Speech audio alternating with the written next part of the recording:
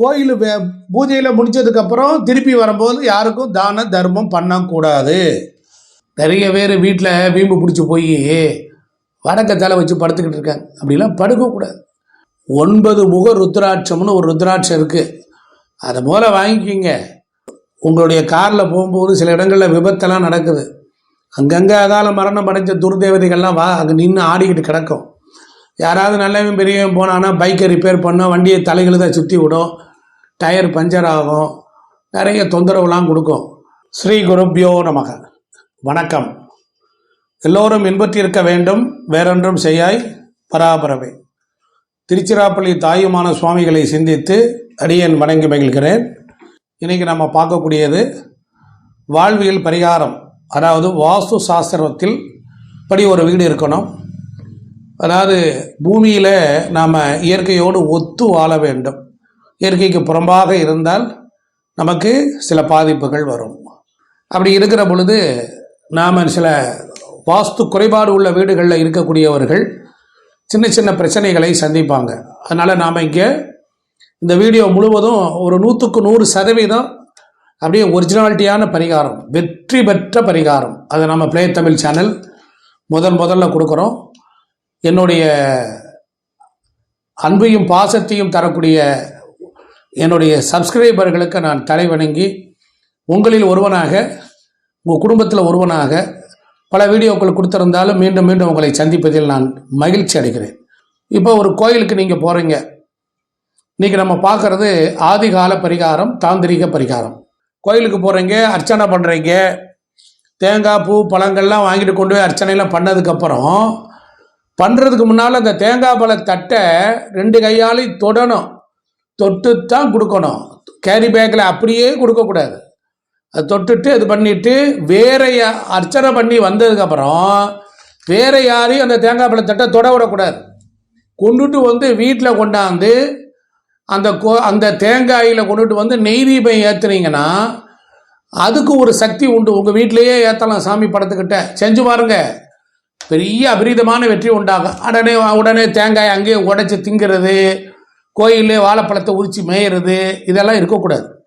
மாவிளக்கு போட்டாலும் வீட்டுக்கு வச்சு விளக்கேற்றி மறுபடியும் அந்த தெய்வ பிரசாதத்தை வீட்டில் வச்சு தீபாராதனை காட்டித்தான் அப்புறம் நாம் எடுத்து அனுபவிக்கணும். 1. இப்போ தொடர்ந்து கோர்ட்டு கேஸு வம்பு வழக்கு பிரச்சனைகள் இருக்குது. என்ன பண்ணுறதுன்னு தெரியல. ஜாதகமும் கிடையாது, ஒன்றும் கிடையாது. பாம்பு புத்து இருக்குது பார்த்தீங்களா, அந்த புத்தில் போய் என்ன செய்யணும்? தொடர்ச்சியாக 48 நாள் வழிபடணும். போய் தீபம் ஏற்றணும். ஏற்ற கண்டிப்பாக சக்ஸஸ் ஆகும். நோட் பண்ணிக்கோங்க. அதற்கப்புறம் கடன் அடையணுமா? வீட்டில் வாஸ்து கோளாறு இருக்கா? ஒரு வெள்ளை துணி எடுத்துக்கோங்க. அது நிறைய கை நிறைய உப்பு போடுங்க. ஒரு முடிச்சு போட்டுக்குங்க. ஒரு மஞ்சள் துணி எடுத்துக்கோங்க. அது நிறைய காஞ்ச கருவாடு தூக்கி உள்ளே போடுங்க. அதையும் ஒரு முடிச்சு போடுங்க. அதுக்கப்புறம் 2ஐயும் ஒரு துணி கட்டி வீட்டு நிலைக்கு மேலே கட்டி விட்டுருங்க. 1 வருட காலத்திற்குள்ள அந்த கடன் எப்படி அடையுதுன்னு பாருங்க. கருவாடும் கரைஞ்சி போயிடும். அதுக்கப்புறம் உப்புக்கல்லும் கரைஞ்சி போயிடும். வெறும் துணி தான் இருக்கும். இந்த ரகசியம் செஞ்சு பாருங்க. அதே போல் வாழை நார் இருக்கு பாருங்க. வாழை நாரில் நூலில் கட்டாதீங்க. வாழை நாரில் மலர் தொடுத்து இறைவனுக்கு அணிவிக்க சகல தோஷங்களும் போகும். கடந்த காலம் வரையில் அப்படி தான் இருந்தது. இப்போ பெரும் நூல் எல்லாத்தையும் கட்டிக்கிட்டு இருக்கோம் வீட்டில். அப்படிலாம் செய்யக்கூடாது. அதே மாதிரி மழை பெஞ்சுன்னு வச்சுக்கோங்களேன். வீட்டில் மழை நீரை ஒரு பாத்திரத்தில் பிடிங்க. பத்திரமா பாட்டிலில் வச்சுக்கோங்க. வச்சுக்கிட்டு இருள் படம் வச்சுக்கோங்க. அதுக்கப்புறம் அந்த நீரை எடுத்து குளிச்சிங்கன்னா சகல தடைகளும் போகும். மழை நீர் வந்துச்சுன்னா சங்கடப்படாமல் பிடிங்க. கோடை மழையில் நனைங்க, பருவ மழையில் நனையாதீங்க. கோடை மழையில் நனைஞ்சிங்கன்னா சித்தர்கள் மகான்கள் மழை நீரில் வருவாங்க. அவங்க உங்கள் தலையில் பட்ட மாத்திரத்தில் ஆசீர்வாதம் பண்ண மாதிரி இருக்கும்.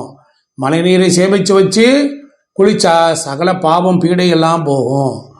இப்போ வராகி அம்மன்கிட்ட எல்லாரும் கும்பிட்றாங்க. வராகி அம்மன்கிட்ட ஒரு பெரிய சக்தி இருக்குங்க.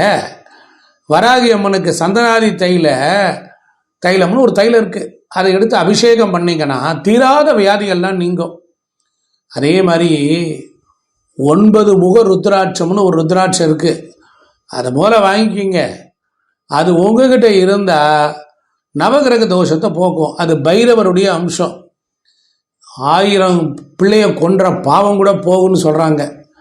பேய் பிசாசு பூத தோஷங்கள் இதெல்லாம் விலகும். யம பயம் சில பேருக்கு இனம் புரியாத பயங்கவும். 9 முக ருத்ராட்சத்தை சிவன் கோயில்கிட்ட கொடுத்து சுவாமிக்கு அபிஷேகம்லாம் நடந்து அந்த நீரில் அலசிட்டு அதை கயிறில் கோர்த்து நாம் கழுத்தில் போட்டுக்கிட்டோம்னா, கண்டத்தில் போட்டுக்கிட்டா யமவாதம் போயிடும். அதுக்கு 9 முகம் உள்ள செவ்வாய்க்கு ஒரு வெள்ளி கவசம் போட்டிங்கன்னா சூப்பராக இருக்கும். உத்திராட்சத்தினால அவ்வளோ நன்மை உண்டு. நிறைய பேர் வீட்டில் வீம்பு பிடிச்சி போய் வடக்க தலை வச்சு படுத்துக்கிட்டு இருக்காங்க. அப்படிலாம் படுக்கக்கூடாது. வடக்க தலை வச்சா மின்காந்த அதிர்வுகள் மாறிடும். நம்ம உடம்புல காந்த சக்தியும் பிராணசக்தி ரெண்டும் மோதும் பொழுது நம்ம உடம்புல பலம் ஏற்படும், தேஜஸ் உண்டாகும். அது தலையில் இருந்து கால் விரல் வரையிலும் பரவி உடம்பு முழுவதும் தேஜஸாக இருக்கும். அது வடக்க வச்சு படுத்தா அம்புட்டு வெளியேறிடும். அதனால் வடக்க தலை வச்சு படுக்கக்கூடாது, வடக்க பார்த்து சாப்பிடக்கூடாது. புரியுதுங்களா? வறுமை வந்துடும். இப்போ உளுந்து தானியம் இருக்குது, கொள்ளு தானியம் இருக்குது. இந்த 2 தானியத்தையும் வேக வச்சு பசுவுக்கு கொடுக்க கொடுக்க நம்மக்கிட்ட நாகதோஷம் இருக்கோ இல்லை புத்திர தோஷம் இருக்கோ எல்லாமே விளையிடும். அதே மாதிரி வீட்டில் குளிக்காமல் கொள்ளாமல் வீட்டில் பூஜை அறைன்னு தனியாக வச்சுருந்தா அதுக்குள்ளார நுழையக்கூடாது. இதெல்லாம் ரொம்ப கவனம். அது மாதிரி வீட்டில் குளிக்கும்போது கோணல் மாணவாக குளிக்கக்கூடாது. நேராக தலைக்கு தண்ணி ஊற்றும் போது கிழக்கு திசை பார்த்து வடக்கு திசை பார்த்து தான் குளிக்கணும். குளிக்கும்போது கொஞ்சம் கங்கான்னு குளிங்க. அதே மாதிரி உங்களுக்கு தொழிலில் பொறுத்தளவில் நிறைய பேருக்கு பண வரவை பற்றி ரொம்ப கவலைப்படுறாங்க. சின்ன சின்ன விஷயம் ஐயா சொல்கிறேன், நோட் பண்ணிக்கோங்க. எல்லாம் காது கொடுத்து கேட்குறீங்க. யாராவது எழுதுறீங்களா? எழுதுனா தானே சரியாக வரும். கிராம்பு இருக்குது பார்த்தீங்களா? கிராம்பு நல்லா பன்னீரில் அலசிடணும். கசகசா அதையும் நல்லா பொடி பண்ணி வச்சுக்கணும். பன்னீரில் நல்லா குழைக்கணும்.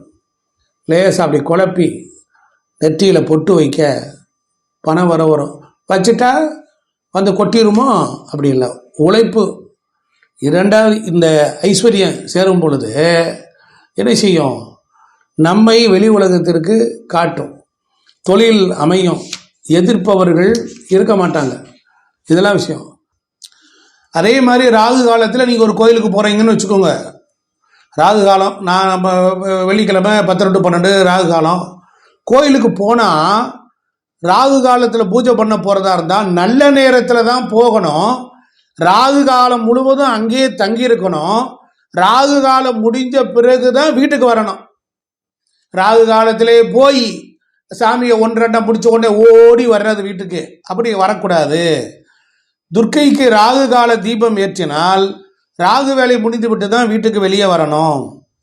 அதே மாதிரி கோயிலுக்கு போகும்போது தான தர்மம் பண்ணலாம். கோயில் பூஜையில் முடிச்சதுக்கப்புறம் திருப்பி வரும்போது யாருக்கும் தான தர்மம் பண்ணக்கூடாது. அதே மாதிரி ஆண்கள் வேஷ்டியும் சட்டையும் பெண்கள் சேலையும் அணிந்து தான் வழிபாடு செய்யணும். அப்போ தான் சக்ஸஸ் ஆகும். எந்த கோயிலாக இருந்தாலும் விநாயகரை முதலில் வணங்கணும். நமக்கு தெரிந்த விநாயகர் மந்திரத்தை சொல்லி 3 முறை தலையை இடது பக்கமாகவும் வலது பக்கமாகவும் கொட்டி கொள்ள வேண்டும். இந்த 3 தோப்பு கொரணை போட்டு வணங்கக்கூடிய முறை அதுதான். ஒரு முறை நிதானமாக வலம் வந்து அமர்ந்து நாம் வந்த நோக்கத்தை விநாயகரிடத்தில் தெரிவிச்சிடணும். ஆமாம். 2வது முறை வலம் வந்து விபூதி குங்குமம் போன்ற பிரசாதங்களை வலது கையில் வாங்கி வலது கையிலிருந்து இடது கைக்கு மாற்றாமலேயே அதை அப்படியே அனுபவிக்கணும், பூசணும். வலம் வரும்போது தெய்வத்தின் நாமத்தை சொல்லி கொண்டு வரணும். ஒரு பெரிய கோயில் இருக்குது, சிவன் கோயில் இருக்குது, பாடல் பெற்ற ஸ்தலம் இருக்குது.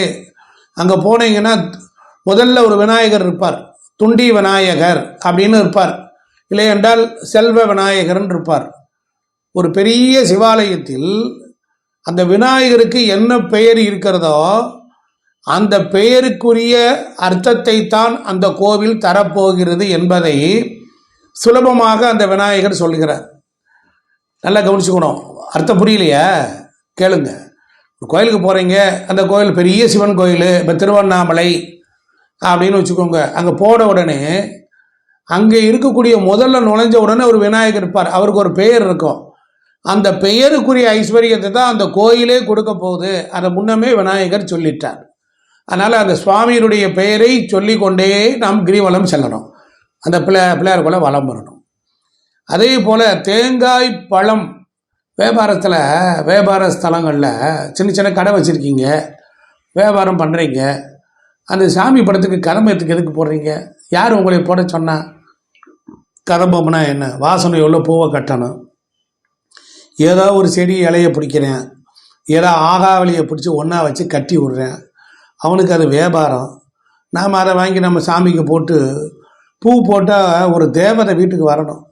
என்ன தேவதை வரணும்? ஒன்றுத்துக்கு ஆகாத பூவை, வாசனை இல்லாத பூவெல்லாம் வச்சு சாமிக்கு போட்டால் நல்லது நடக்குமா? நடக்காது.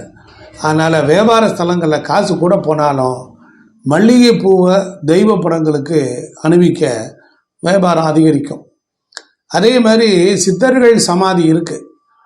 அந்த மாதிரி இருக்கக்கூடிய கோயில்களில் பரிகாரம் செய்யும் போது முழு நன்மைகள்லாம் கிடைக்குது. தேய்பிரை அன்னைக்கு போய் தோஷம் போகும். வளர்பிறையில் போய் விளக்கேற்ற விளங்கிட்டால் நன்மை உண்டாகும். அதனால் குலதெய்வத்தை நிச்சயம் வழிபடணும். வஸ்திரம் வச்சு பூஜிக்கணும். சில கோயில்களில் போய் அந்த தேவதையை சாந்தப்படுத்தணும். அப்போ உங்கள் வீட்டுக்கு பக்கத்தில் இருக்கக்கூடிய காளியம்மன், மாரியம்மன் கோயிலை விட்டுட்டு காரை எடுத்துகிட்டு ஊர் பந்தாவுக்கு தெரு தெருவாக போய் அலைஞ்சு கோயில்களுக்கெல்லாம் போனால் பலன் கிடையாதுங்க. உங்கள் ஊர் எல்லையை தாண்டும் போது அங்கே கேட்கும், என்ன உன்னையெல்லாம் மதிச்சுட்டு வந்தானான்னார். எங்கே இந்த பயலுக்கு மதிக்கிறாங்கன்னார். அப்போ நிறைய பேர் திருப்பதிக்கு போய், திருவண்ணாமலை போய், எங்கெங்கேயோ போய் புண்ணியம் இல்லை. அப்போ என்ன செய்யணும்? வீட்டை விட்டு புறப்படும் போது விளக்கேற்றணும். வீட்டுக்குரிய சுவாமிகிட்ட சொல்லணும். வாசலில் இருக்கக்கூடிய பிள்ளையார் இருக்காருன்னா ஒரு சதரக்காய் போட்டு வண்டியை நிப்பாட்டி எலுமிச்சம்பழம் வச்சு சாமியை கும்பிட்டு விபூதியை பூசிட்டு, பிள்ளையாரப்பா நான் அந்த மாதிரி இடத்துக்கு போகிறேன், எனக்கு கூட அனுக்கிரகம் பண்ணுன்னு சொல்லிவிட்டு கிராமத்தை தாண்டும் போது அந்த கிராமத்துக்குன்னு ஆதி தேவதை இருக்கும். அவளை ஒரு நிமிஷம் நேரம் திசையை நோக்கி கும்பிட்டு வணங்கிட்டு, இல்லை அந்த காவல் தெய்வம் போய் சூடம் பொறுத்து சாமியை கும்பிட்டு அப்புறம் போகணும். வீட்டில் காரில் ஏறின உடனே பறக்கிறது.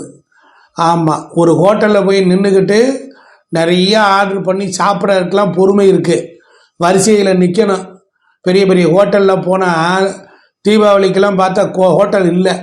அந்த ஹோட்டலில் டோக்கன் வாங்கிட்டு உட்காந்துருக்கான். இல்லைடான்னா 5 பேர் 7 பேருன்னு. சாப்பாட்டுக்கு பொறுமை காக்க தெரிஞ்ச உங்களுக்கு ஊரை விட்டு வெளியே போகும்போது அந்த தேவதையை நினைக்கல. நிறைய பார்க்கணும். அது பாதையை க்ளீன் பண்ணும். அதே மாதிரி இந்த 9 முக ருத்ராட்சம்னு சொன்னேன். ஒரு ருத்ராட்ச மாலையை நல்லா வாங்கிக்கணும். உங்களுடைய காரில் போகும்போது சில இடங்களில் விபத்தெல்லாம் நடக்குது. அங்கங்கே அகால மரணம் அடைஞ்ச துர்தேவதைகள்லாம் அங்கே நின்று ஆடிக்கிட்டு கிடக்கும். யாராவது நல்லவன் பெரியவன் போனான்னா பைக்கை ரிப்பேர் பண்ணோம், வண்டியை தலைகளுத சுற்றி விடும், டயர் பஞ்சர் ஆகும், நிறைய தொந்தரவுலாம் கொடுக்கும். அப்போ அந்த காலத்துலலாம் என்ன சொன்னாங்க, வண்டிகளில் பம்பர்களில் அந்த உத்திராட்ச மாலையை போட்டிருப்பாங்க. இந்த மாலை ருத்ராட்சத்தினுடைய சக்திக்கு அப்படியே பேய் பிசாசுகளில் துர்ராவிகள்லாம் பார்த்தா விலைக்கு ஓடி அலறி நடுங்கும். இதெல்லாம் நிறைய இடங்களில் இருக்க அமானுஷ்யங்கள். இப்போதைக்கு இது போதும்னு நினைக்கிறேன். வாஸ்துப்படி குறைவுள்ள வீடாக இருந்தாலும் வாழ்க்கையை இப்படி தெய்வீகத்தோடு வச்சுக்கோங்க. புண்ணியத்தை கூட்ட கூட்ட வாழ்க்கையில் வெற்றி நிச்சயங்க. செஞ்சு பாருங்க. நன்றி, வணக்கம். நல்லது, வாழ்த்துக்கள்.